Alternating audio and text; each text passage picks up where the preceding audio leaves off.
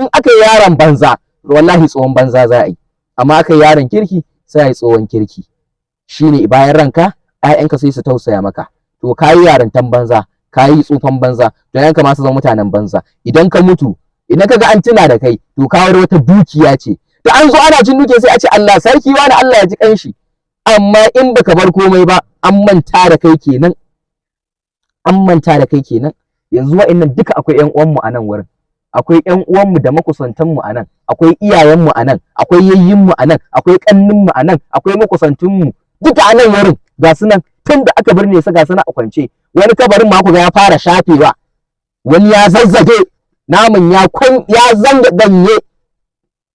Zafi kawai ya ishe ka da tsutsotsi, wallahi tsutsotsi kawai in aka sa ka kwana 3 ciki yayi bindiga, ka zama tsutsa, amma ka zo na kana alfahari, kana jiji da kai.